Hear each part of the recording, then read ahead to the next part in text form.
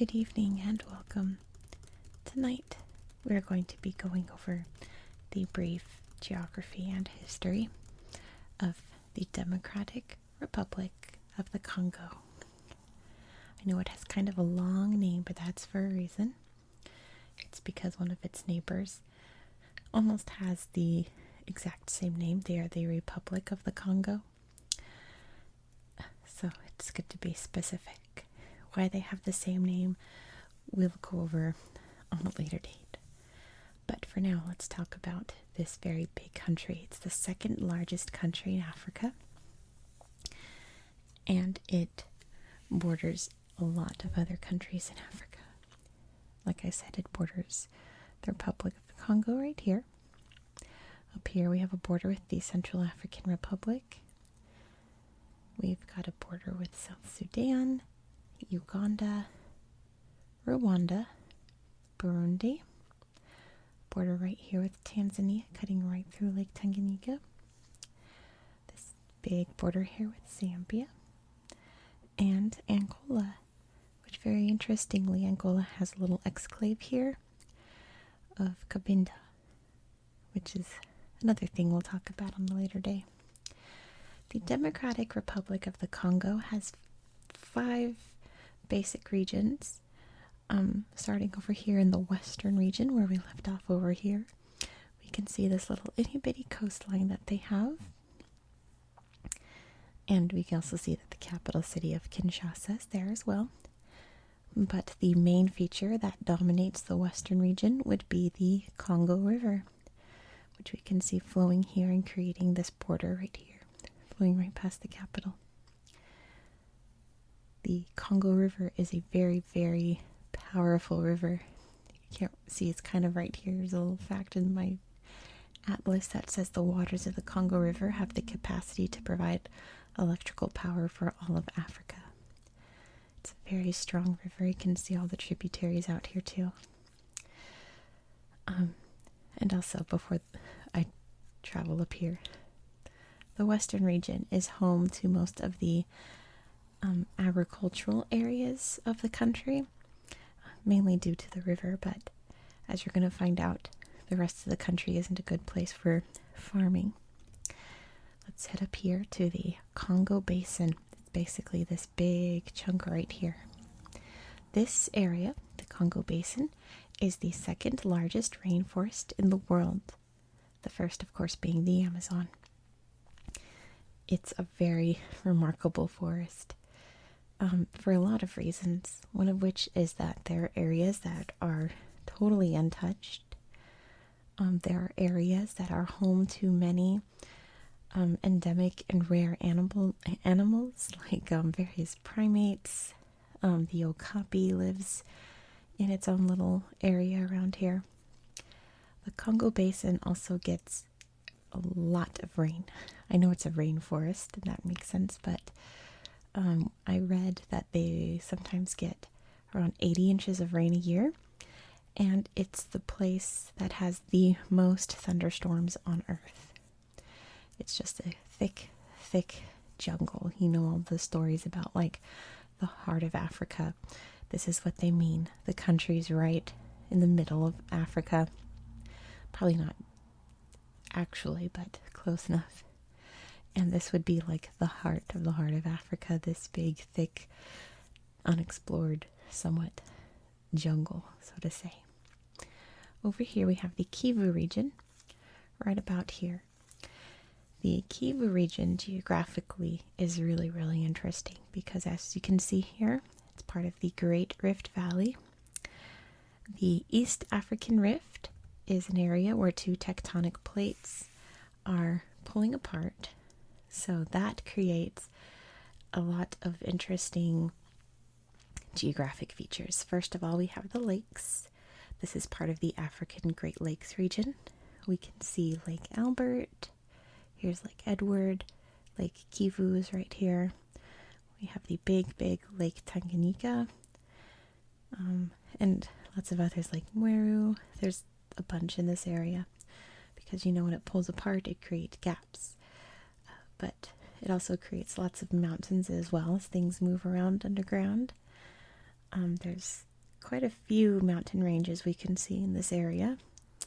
The largest mountain in the country and one of the largest in Africa isn't labeled on this map, but it's located right around here.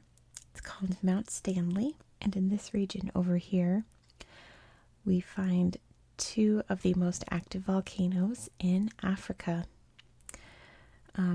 The most active would be Mount Nyamuragira, and the other, the one that's been in the news recently as I'm filming this, is Mount Nyiragongo. And like I said, they're not labeled here, but they're in this area over here. There are lots of other little volcanoes. There's earthquakes in this area, as you can imagine. It's, yeah, like I said, geographically very, very interesting territory. Down here we have the Kasai region over here and the Katanga region down here. They're both essentially mining regions. The Kasai region is most famous for its diamond mines, but pretty much if it's a mineral you can find in the ground, you can find it in this region. It is so incredibly rich. Also thanks to the African rift that's creating all of that mineral deposits in this area. Also, the second largest city in the country is located here. It's Lubumbashi, which in my opinion is a great name. Lubumbashi is really fun to say. But in a nutshell, that's the very basic geography of the Democratic Republic of the Congo. I'm like looking through, making sure I got everything. We have, of course, the Congo River. Yeah, I think we've got everything. There's, of course, many different rivers making up its borders. I could go on and on about all the different little rivers, but, you know, there's lots of different borders. Let's just get into the history. So, the Democratic Republic of the Congo, as we know it today, of course, has been inhabited since the beginning of humans, you know, being where it is in Africa. But the first recorded peoples that we know being in this area would have been the Bantu, from the Bantu migration that would have reached this area around the first millennium BCE. By about the 10th century CE is when the Bantu people start establishing kingdoms in the area. The most famous, it would have been more in the southern area here, was the Kingdom of Congo, which you can tell why it's important to the region. It reached its prominence around the 14th century. But also being where this country is in Africa, it wasn't really touched by Europeans in a significant way until the 1800s. The first major exploration into the region from Europe was led by Sir Henry Morton Stanley in the 1870s. And lasted for many, many years. He explored a lot of the regions, got to know the people.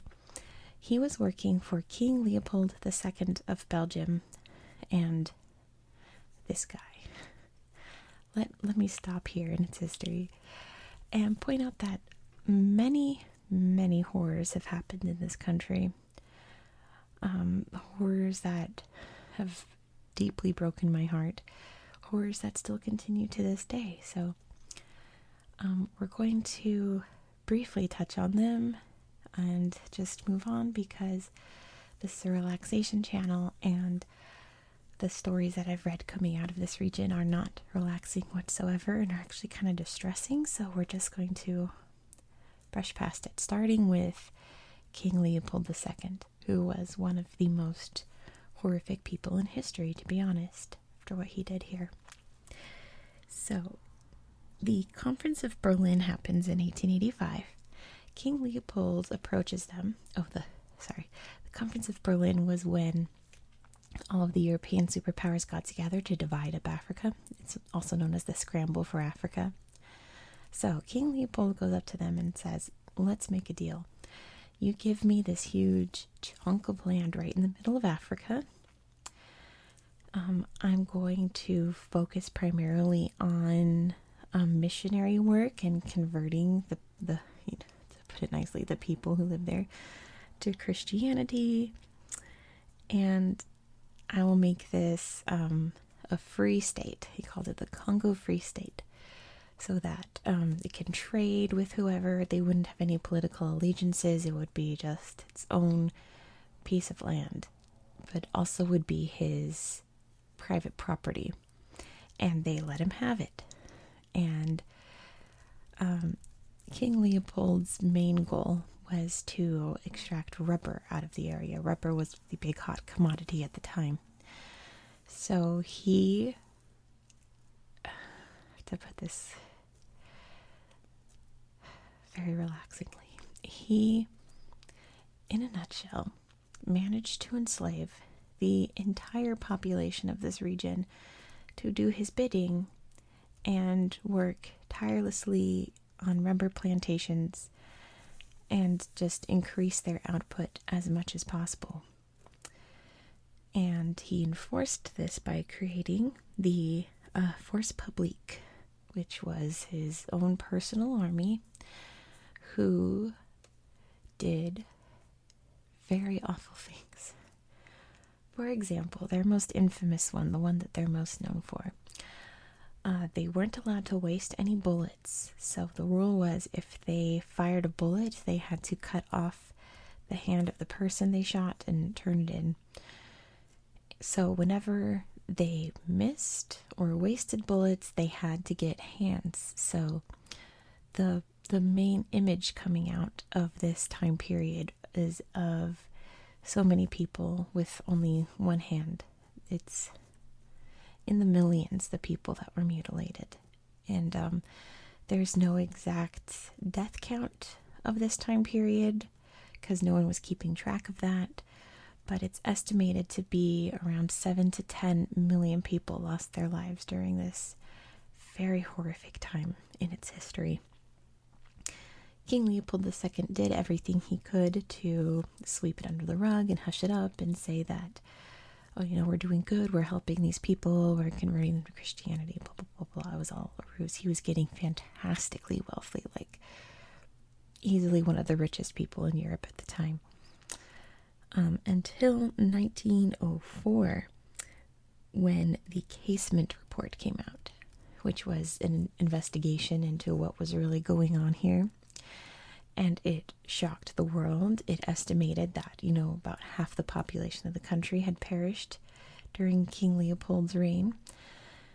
And it was so shocking that the Belgian government just bought it off of King Leopold just so he could stop doing what he was doing.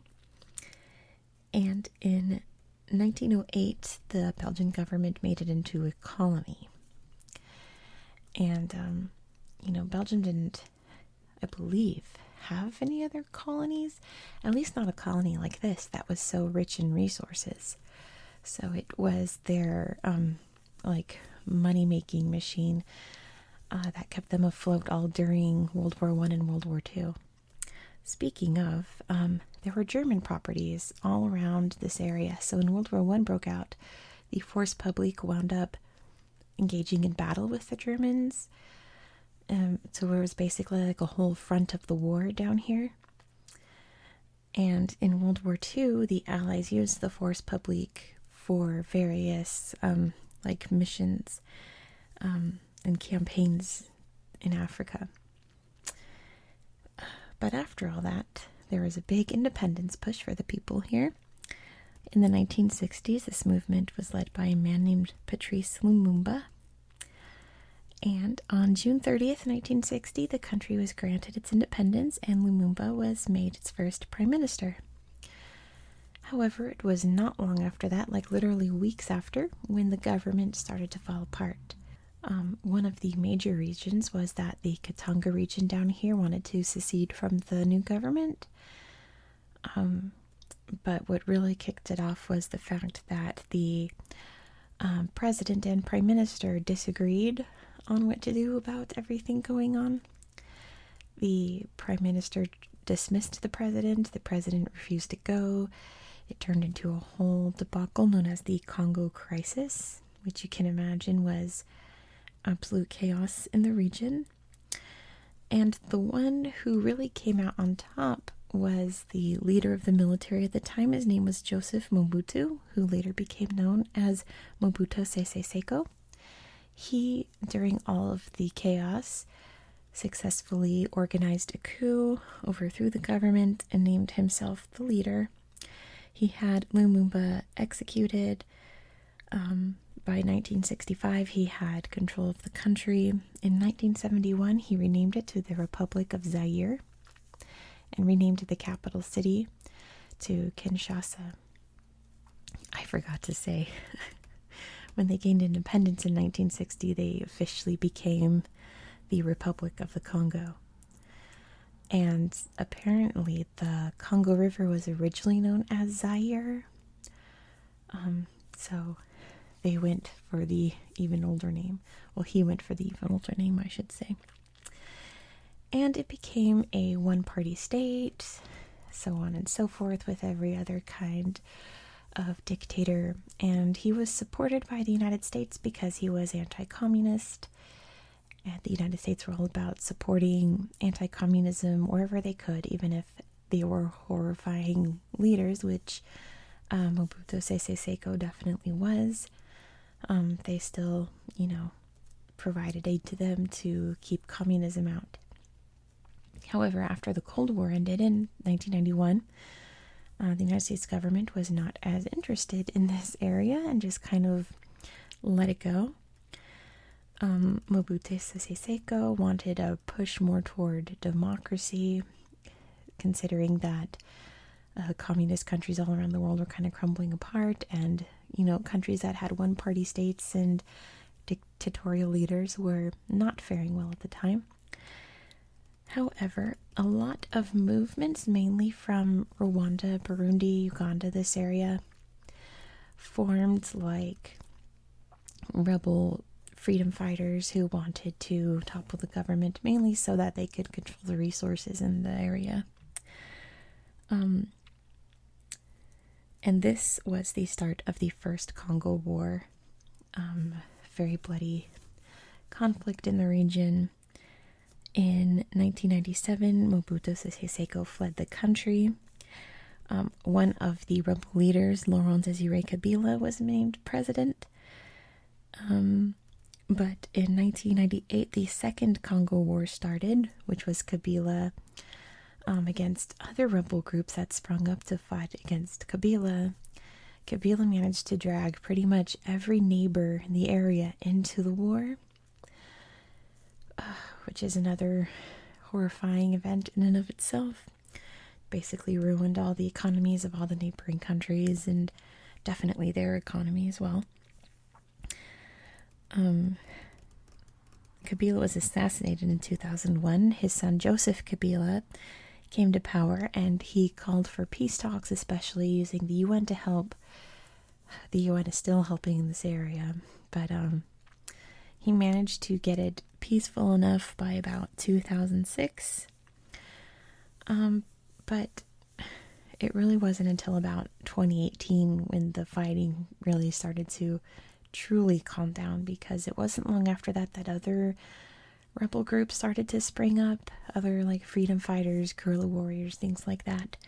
Most notably, there was the M23 that invaded the Kivu region in a major way. There was the Mai Mai Kata Katanga, who invaded Lubumbashi down here in various horrifying ways. Even Joseph Kony, the infamous Joseph Kony, relocated his headquarters to the area. And unlike before, this is another just absolutely horrific time in the country. I did a video a while ago when I was covering Syria about Syrian refugees. There was a book in that series about refugees from the Democratic Republic of the Congo, and it absolutely broke my heart. In particular, all the information about child soldiers was really hard to read. I tried twice to read that book, and I couldn't even finish it, so I knew that there's no way I could read it and relax you. If it was stressing me out that bad, there's no way it would relax you guys whatsoever. So you're not going to see that book. It's, even though it doesn't go into detail, it's still far too heartbreaking with all of the statistics and horror stories that come out of this region. it's a lot. And like, I'm not even gonna give an example. It's apparently it's the bloodiest war since World War II. Like, that's how bad it is in this area. So in 2015, there were the start of huge protests against Kabila, telling him to step down. Apparently, he recruited former M23 members to arrest slash shoot at protesters. Not a good thing to do. Eventually, an election was held in 2018 and 2019.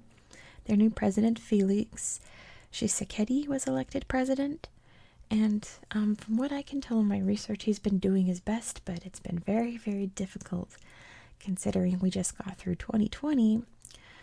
The country didn't just have to deal with COVID. There was also measles outbreaks and Ebola outbreaks in the last couple of years. Not to mention the volcanoes. So, very famously in the news in May 2021, Mount near Congo erupted, which remember I told you was around here. The city of Goma had to be entirely evacuated. As I'm speaking right now, there are still people trying to come back to what is left of their homes in the city. The last seismic aftershock was about 5 days before I'm filming this, so they believe that it's safe to return back to their homes, or what's left of them, since there's a lot of damage. It cut off roads to this area. It did a lot. It was a big one, but I think as of the day I'm filming this, it's cooling down. But like I said, it is some of the most volcanically active mountains in Africa. So the other volcano I mentioned, Mount Nyamuragira, last erupted in 2010.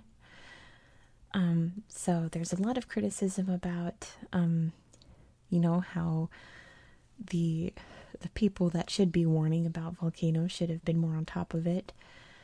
But considering everything going on in the country and the world at the time, it's kind of a lot. But anyway, that's where we're at in its history. The Democratic Republic of the Congo is one of the poorest nations in the world. Actually, the next country I'm going to cover is the poorest nation in the world. But it has been struggling to recover from its history with Europe for so long.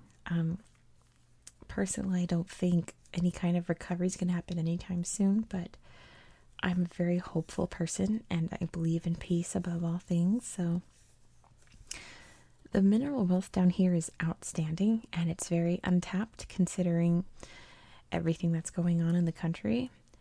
So if there was a way to successfully, economically, environmentally, safely tap into those resources, it could be one of the richest countries in the world. Easily one of the richest countries in the world. It just needs the right leadership, and it needs a lot. It's a lot to deal with, but there's no easy solution, and it's not going to happen anytime soon, but in my heart, I believe it will happen indeed. So that is where I'll leave you tonight.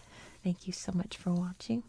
I hope you found this video relaxing considering the content, and I also hope you found it educational.